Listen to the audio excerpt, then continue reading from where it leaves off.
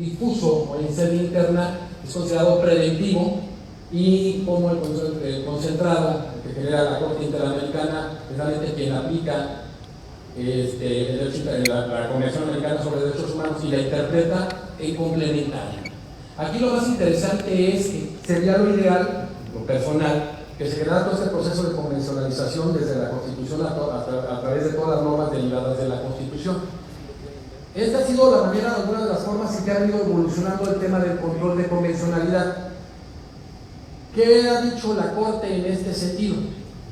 Bueno, ese caso Varios 912, que fue tan importante y del cual también después derivaron varias tesis, pues establecía primeramente cómo en la tesis 65, posteriormente la tesis 65 diagonal 11, las sentencias que fuesen, donde fuese México Estado aparte, precisamente se consideraban vinculantes, ¿sí? Y en el caso de la tesis 66 diagonal 11, como las sentencias en donde en el caso mexicano no fuese Estado parte, eran un criterio orientador. Es interesante que parece que el sistema interamericano es mínimo el tema del margen de apreciación nacional, como serán los sistemas en el caso europeo, y que aquí en este sentido, pues resulta que la misma Corte avanza en el sentido de que sean vinculantes cuando deberían ser vinculantes todas las sentencias de la Corte Interamericana. Las sentencias donde México sea Estado parte, evidentemente, como no establecen un mecanismo de impugnación, de acuerdo al artículo 67 de la Convención Americana sobre Derechos Humanos, son cosa juzgada, ¿sí? Y las sentencias en donde México no fuese Estado parte es cosa interpretada, ambas vinculantes, incluso con la opinión consultiva 21. Las opiniones consultivas deben de tener ese carácter vinculante, donde México, como Estado parte del sistema interamericano, con base a los artículos 1.1 y 2 de la Convención Americana sobre Derechos Humanos, se obliga evidentemente a respetar y a garantizar precisamente el respeto de los derechos humanos. Y en el planteamiento del artículo segundo, como ese principio de adecuación normativa, donde el Estado, en este caso mexicano, se obliga a adecuar su derecho interno al derecho internacional de derechos humanos, ¿sí? Para el efecto útil del derecho internacional de derechos humanos, es decir, la efectividad de esos mismos derechos.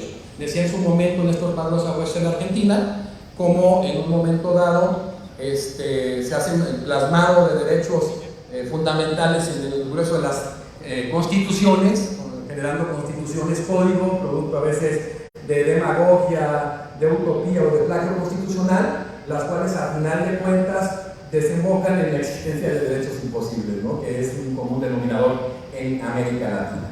Bueno, ¿qué sucede en todo este entorno? Es decir, ¿qué pasa cuando a través de la sentencia internacional se establece la responsabilidad en el caso específico de contenidos de la Constitución Nacional, de contenidos de normas constitucionales, de contenidos de la jurisprudencia o de contenidos precisamente de la cosa juzgada? En el primer caso, cuando se habla del tema de contenidos precisamente de contenidos de la Constitución Nacional, pues bueno, viene ahí sobre todo en la contienda que se da entre el tema de la soberanía y la supremacía constitucional con el derecho internacional de derechos humanos. Cuando se establece en el tema precisamente de normas constitucionales, bueno, pues en el tema de la justicia constitucional en el ámbito interno y el principio de la oposición contramayoritaria, ¿sí? En el tema de la sobreinterpretación. En el tercer caso, en el caso de la cosa juzgada, pues la sentencia internacional con la cosa firme o cosa juzgada nacional. Y en el caso de la jurisprudencia, pues sería el estatus precisamente de los tribunales constitucionales, de los tribunales encargados en el orden interno de la interpretación, precisamente con el principio de la supremacía de la interpretación de los derechos fundamentales. Entonces, aquí en este debate cabe entender, decía don Sergio, a veces lo angustiante de la extensión, ¿no? del tema, pues como también de alguna manera la jurisprudencia de la Corte Interamericana obliga a los Estados partes a capacitar precisamente a todos los operadores pues para estos efectos, ¿no? Porque a final de cuentas la autonomía procesal constitucional delegada está resultando una gran realidad en el tema de la sobreinterpretación como uno de los puntos medulares del neoconstitucionalismo. Creo que es importante que entendamos eso y que exige o genera una mayor exigencia de un proceso de capacitación como el que hoy mismo en día se está generando, ¿no? Esto es muy importante. hacia dónde la misma Corte ha tenido que reconocer, hacer o no ser el último intérprete, no es complicado. Evidentemente, originalmente ustedes vieron el planteamiento a través de esas tesis, pues bueno, aparecen algunos otros temas, por el caso de la tesis 64 diagonal 14, donde evidentemente se establece la imposibilidad que órganos superiores puedan generar el control de convencionalidad en relación con la jurisprudencia mexicana de la Suprema Corte de Justicia de la Nación. Pero sí un gran avance, sobre todo, por ejemplo, en el tema de cómo se genera a través de la tesis 20 diagonal 14 ese parámetro de control de regularidad, de constitucionalidad y evidentemente de convencionalidad, es decir, cómo se integra precisamente ese famoso bloque de constitucionalidad y de convencionalidad, cómo a final de cuentas, de acuerdo a la opinión constitutiva 1 diagonal 81 de la Corte Interamericana de Derechos Humanos, no nada más es objeto de interpretación de la Corte Interamericana de Derechos Humanos, la Convención Americana sobre Derechos Humanos, sino todo este corpus juris de derecho internacional de derechos humanos. Y aparece por ahí una tesis, que es en el caso de la tesis 21, diagonal 2004 también, en la cual se establece el principio pro persona.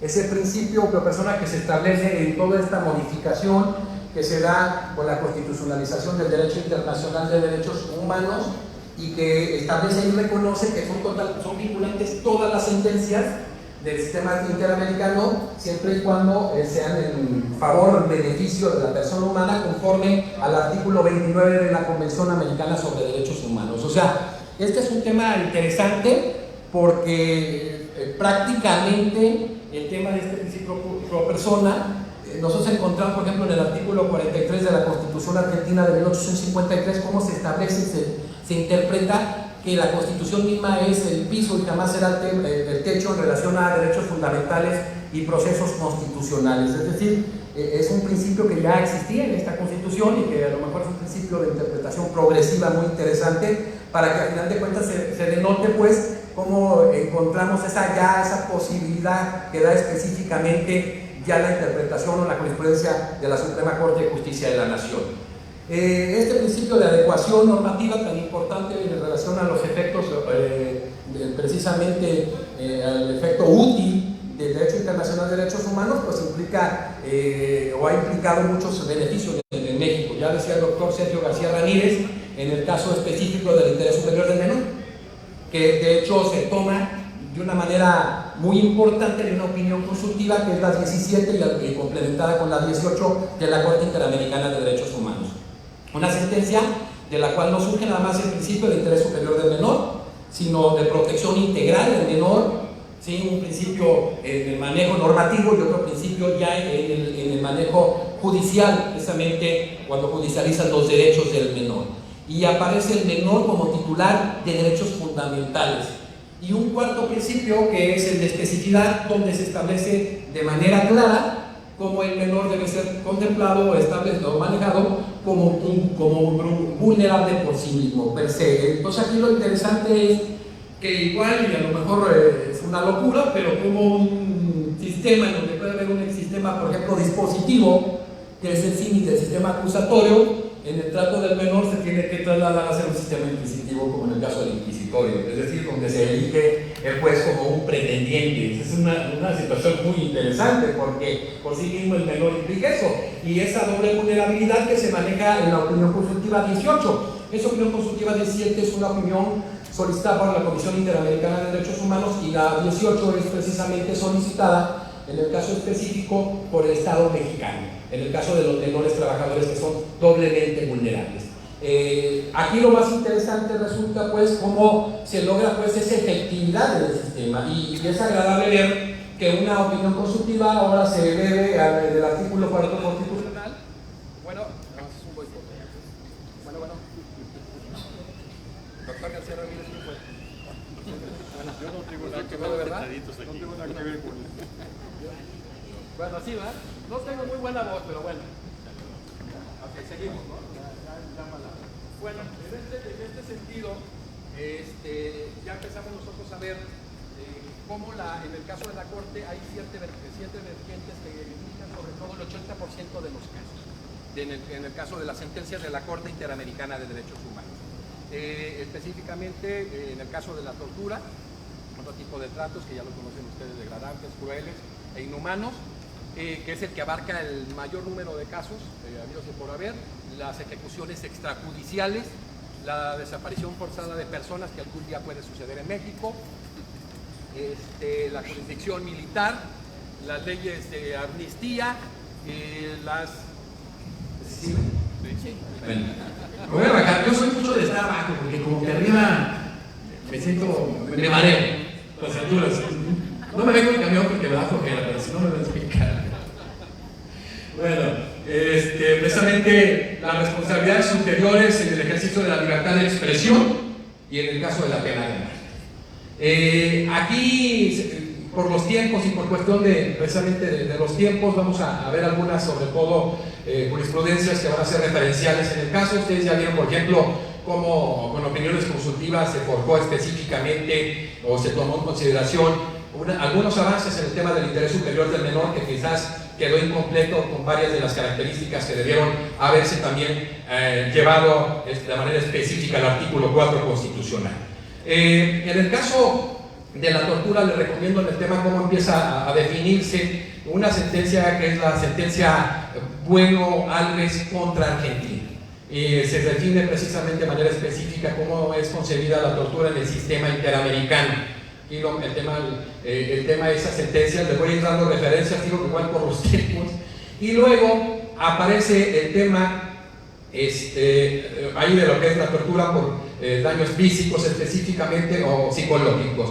Y en el caso de los daños psicológicos van a encontrar también una sentencia que es el caso Cantoral, ¿sí?, contra Perú, en donde se establece específicamente cómo se comete la tortura psicológica, ¿sí?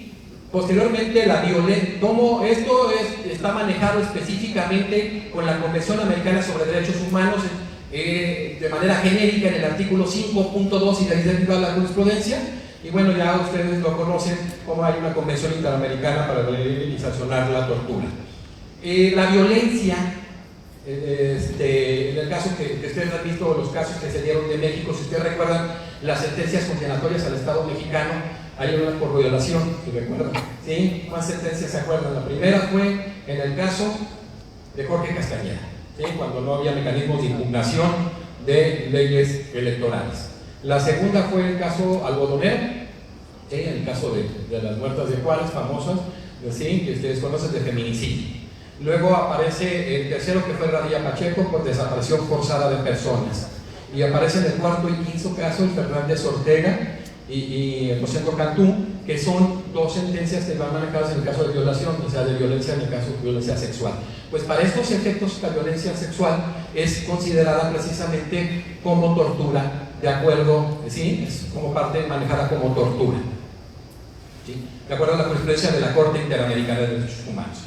En el caso de otro tipo de tratos, aquí viene uno de los temas que ya había manejado el doctor Sergio García Ramírez, de las personas, serían el tema de las condiciones de privación de la libertad, de las personas privadas de la libertad. Y aquí aparecen dos sentencias que son regulares.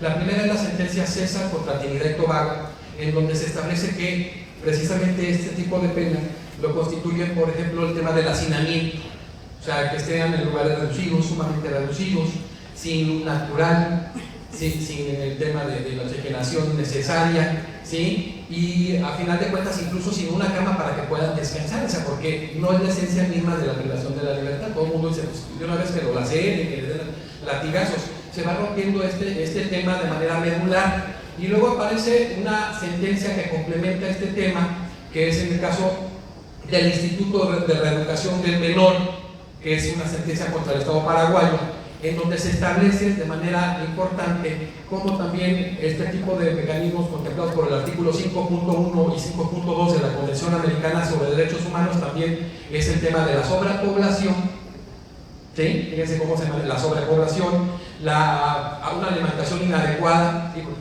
y en el caso de falta de asistencia médica, psicológica, dental, etc. O sea, esto es de los temas medulares, o sea, no se concibe en el sistema interamericano que vas a privar de otros derechos a la persona que está privada de la libertad, es decir, las condiciones no son las que generalmente pretende la población, ¿no?, porque todo el mundo dice que todos son delincuentes menos sus mamás y sus hermanos.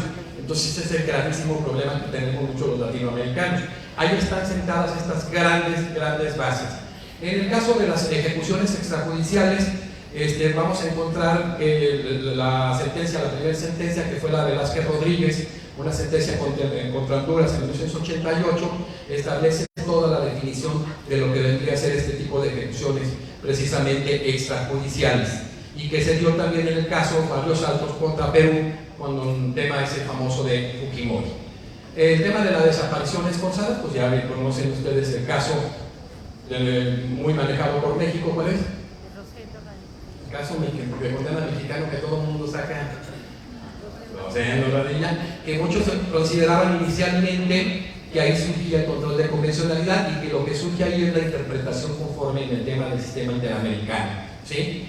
En el caso de las desapariciones forzadas, lo más interesante es que todo esto se termina desarrollando jurisprudencialmente, porque no está expreso en el tema del contenido de la Convención Americana sobre Derechos Humanos, ¿sí?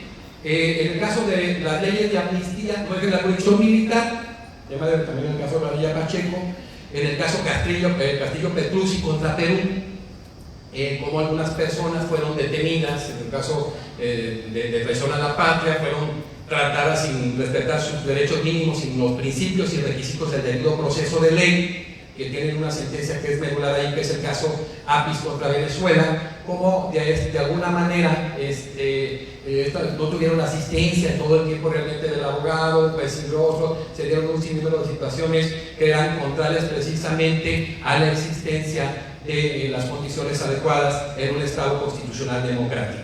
Entonces, si van viendo todo este desarrollo, mucho de ello es la interpretación que hace la Corte, pero de alguna manera en este caso es una interpretación netamente extensiva, que es algo muy interesante, ¿sí? Porque al final de cuentas no está establecida dentro de esos grandes contenidos que existen. Luego aparece el tema ya vimos, las leyes de amnistía. En el caso peruano, por ahí se hizo una matanza del miembro de Sendero Luminoso. Evidentemente en su momento el presidente establece que todos estos tipos de violaciones de derechos humanos no deben ser perseguidas ni sancionadas, y que esto a partir de 1980 a 1995, y evidentemente esto se declara es inconvencional y no produce ningún efecto jurídico estas leyes, a tal grado que en su momento hoy mismo está purgando una condena el expresidente Fujimori. Entonces, si ustedes lo van analizando estos contenidos, a final de cuentas, cuando hablamos de convencionalizar, ¿sí? Antes de concluir los dos temas y luego irnos al de legalidad, que no tienen tanta recurrencia en las sentencias de la Corte Interamericana de Derechos Humanos, es muy interesante que esa complementariedad, sobre todo, se respete, o sea, ese aspecto de complementariedad y el principio ideológico del derecho internacional de derechos humanos, donde parte todo que es el plasmado de la dignidad humana. O sea, a final de cuentas son temas fundamentales que tenemos que ir haciendo constitucionalmente. Yo ahora veo que todo el mundo le mete un proceso aprobatorio, una nueva constitución, y si hacemos un buen viraje, y si vemos los contenidos, reitero, del artículo 1.1 y 2 de la Convención Americana sobre Derechos Humanos, vamos a encontrar muchas respuestas al resto de los problemas, incluida la jurisprudencia de la Corte Interamericana de Derechos Humanos y las mismas opiniones consultivas. Yo les voy a poner un ejemplo que a mí viene de Guatemala. Mis respetos, el derecho constitucional guatemalteco, tengo un gran amigo allá, que son mexicanos, les tengo mucho respeto porque constitucionalmente ellos han evolucionado siempre, han sido también muy vanguardistas, a tal nivel que fueron los primeros después de la creación del amparo en México en 1879 que incorporan el amparo en cualquier parte del mundo, y posteriormente el ombudsman famoso, ellos lo ven en América Latina, la Constitución sueca de 1803, toda la corriente está de Anderson. Entonces, mis respetos que se da todo en este ámbito centroamericano y sobre todo Guatemala y Costa Rica. Y en el caso de Costa Rica, que es uno de los países que verdaderamente ha consolidado el Estado Constitucional Democrático, en su momento se generó una ley de colegiación de periodistas. Y en esta ley de colegiación de periodistas se obligaba, para ejercer el periodismo, en medios gráficos, en la prensa, se obligaba a que en un momento dado tuvieran la carrera y que estuvieran en una organización de periodistas. Y el asunto se va finalmente a la Comisión Interamericana, no pasa los filtros, y parece que ya había quedado. Resulta que al tiempo otra persona promueve el amparo y el asunto termina yéndose hacia la sala constitucional. Costa Rica tiene una sala constitucional muy importante que está en 1989 por la ley de jurisdicción constitucional, una ultrasala que presenta un proyecto y ella sola lo vota, una sala muy respetada dentro del Poder Judicial. ¿Y qué sucede? Que a pesar de estas circunstancias, a pesar de que hay un antecedente se dio a la comisión, lo toma la sala constitucional y se pide en su momento la opinión consultiva, que la pueden ver ustedes en la 5/85, y les va a dar mucho la base para el tema de la colegiación de los abogados en el tema de si es inconvencional o no. Y al final de cuentas, la opinión consultiva tuvo un sentido verdaderamente poco pensado para las circunstancias iniciales que se habían dado. ¿Y cuál fue ese sentido? Ese sentido fue el que sí era inconvencional, porque se estaba vedando la libertad de expresión contemplada por el artículo 13.2 de la Convención Americana sobre Derechos Humanos en ese tipo de mecanismos impositivos. Entonces aquí sí valió mucho la pena generar algo, pero se generó en un país en donde de verdad la cultura de la legalidad permea. Y lo vamos a ver ahora cuando veamos el principio de la legalidad para que nos cerremos la conferencia, cómo permea. Y fue algo admirable que ojalá que lo pudiéramos haber hecho nosotros, que si no me equivoco tenemos solamente 2 opiniones consultivas, que es esa 18 que les dije a ustedes y la 16, que debe ser por el tema de el tema de la asistencia consular, que después fue un bastión en el tema de Foreca, si está bien, que sí es el violatorio del debido proceso de ley. Pues bueno, entonces, todos estos casos que vieron ustedes, por ejemplo, en el caso de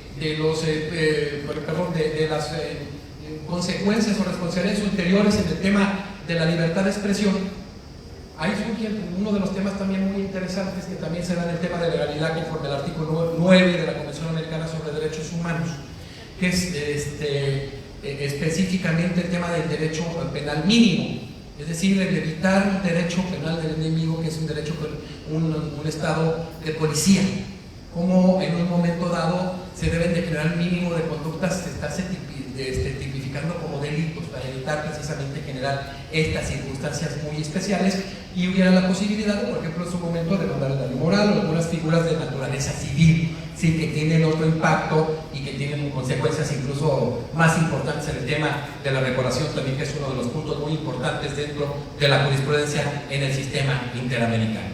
Caso de la pena de muerte, se sabe es muy fácil establecer lo que dice el artículo 4, cómo se debe proteger o esa obligación del Estado de garantizar, respetar y garantizar la vida de las personas, ¿sí? Y que bueno, países que ya han abolido el tema de la pena de muerte, pues no pueden generar un proceso de regresión en el tema precisamente de la progresividad de los derechos humanos.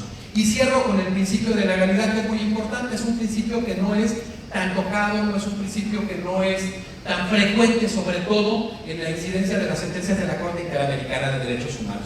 Y aquí hay una situación bien interesante. Hay un pensamiento más que frase que maneja Manuel Atienza, que es un extraordinario jurista, no me cae muy bien personalmente, pero como jurista de primera talla, soy muy sincero, pero no se me momento.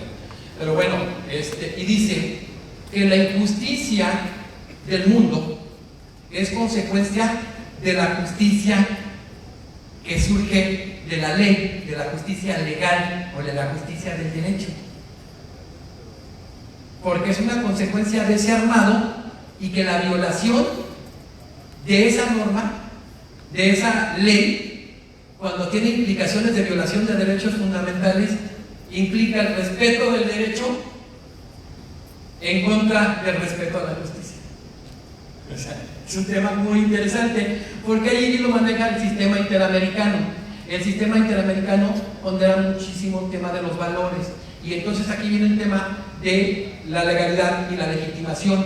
La legalidad formal que ustedes conocen, cómo se pueden realizar las cosas conforme a los pasos establecidos por la norma, y precisamente en el caso de la legitimación material. Y esa legitimación material implica cómo, a final de cuentas, si existen violaciones a derechos fundamentales, evidentemente está viciado y no debe de producir ningún efecto jurídico. Es un tema muy interesante, porque es lo que hablábamos incluso en el tema de la cosa juzgada, con el caso de las palmeras contra Colombia, cómo se cambia el tema de la seguridad jurídica por la ponderación del tema de la justicia. Y eso es algo que en lo personal creo que es sumamente valioso. El sistema interamericano te da un sinnúmero de posibilidades. lo idóneo sería que esta función legislativa, que sería lo que tendría que ponderarse en ese proceso de actualización, generara ese manejo preventivo en el tema de los derechos humanos. No se da porque ordinariamente pues, hay mucha inactividad, o incluso no se rompen los obstáculos cuando existen normas que contravienen los contenidos convencionales y deberían de quedar fuera del ordenamiento jurídico, ¿no? Que debería ser lo idóneo. Entonces, en ese sentido se tiene que dar o seguir hacia estos temas tan importantes. Decía el doctor Sergio García Ramírez un punto que me gustó muchísimo y que hizo hincapié. Todo el mundo dice en el tema de un recurso, sobre todo como lo marca el artículo 25 de la Convención Americana sobre Derechos Humanos, que es la tutela judicial efectiva en el sistema interamericano, pero que refiere en el tema específico al amparo latinoamericano, ese amparo que, como lo presumo, discúlpenme, pero de 1840 que surge en México, lo toman en 1879 ustedes, en Sudamérica en 1934 Brasil con el mandamiento de seguridad, en el 31 en España con un mexicano exiliado, Rodolfo Reyes Ochoa y Luis Recasencichas, y hoy en día el mismo sistema interamericano le da la gran trascendencia. Pero estamos hablando de un mecanismo extraordinario, y el doctor Sergio García Ramírez establece algo muy importante. Ese artículo 8.2H.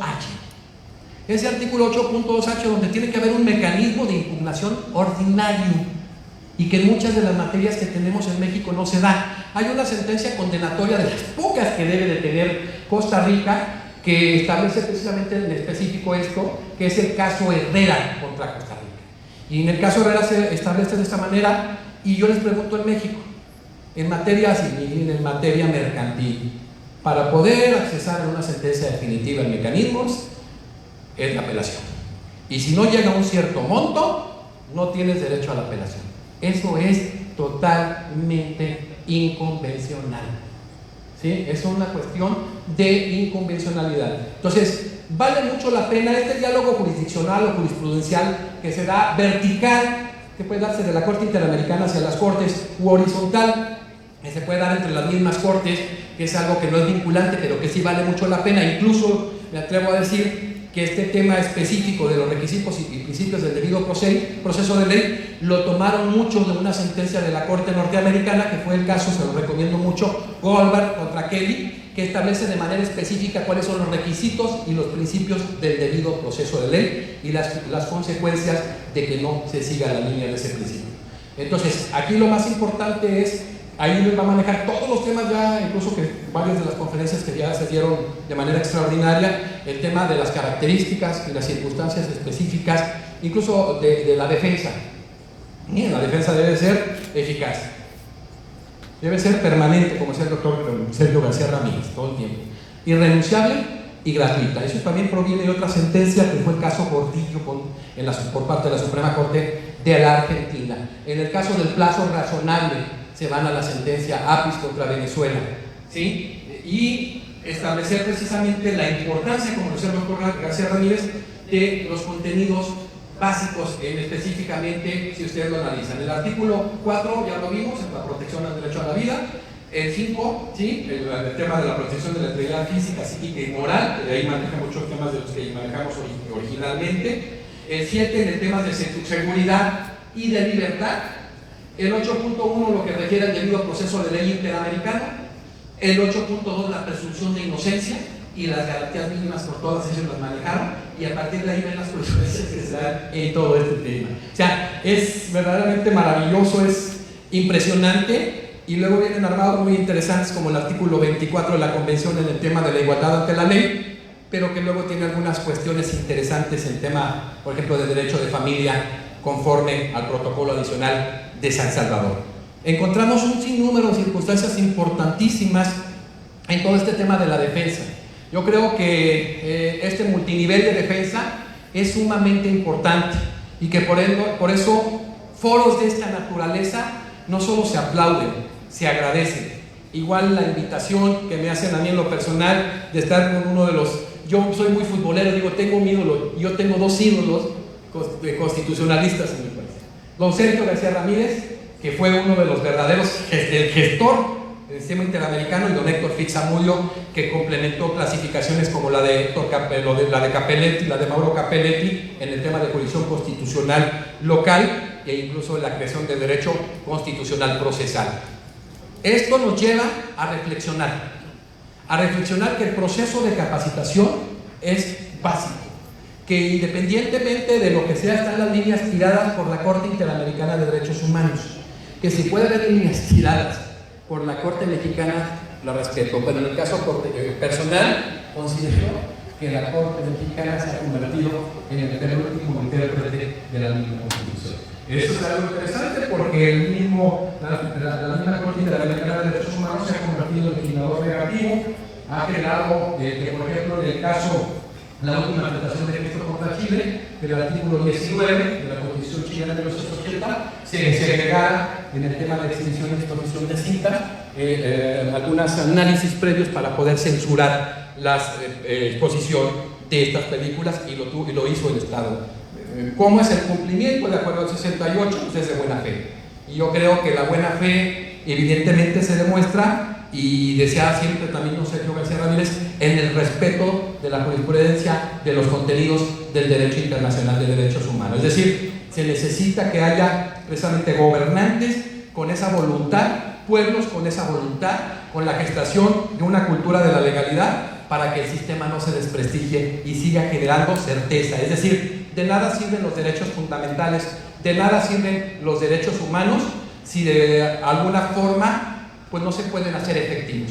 Por eso soy un convencido que efectivamente tenemos que ponderar con el tema de esta constitucionalización del derecho internacional de derechos humanos, de esta prelación, en el caso concreto del derecho internacional de derechos humanos, generar ese respeto a los contenidos del derecho internacional de derechos humanos, y creo que con todos estos alcances que tenemos en las diversas convenciones, en los diversos tratados, en las diversas cartas y la jurisprudencia de la Corte Interamericana de Derechos Humanos, las opiniones consultivas, vamos a lograr efectividad al muchísimo mayor nivel de derechos fundamentales.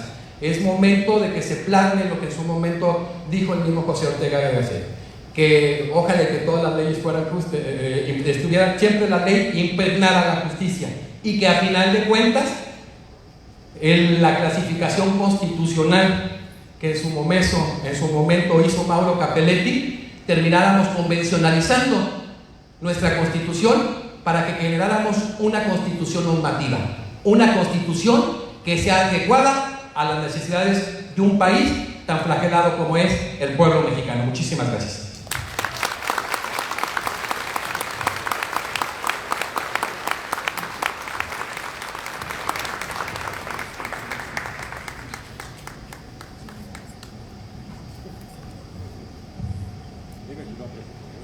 Muy pocas veces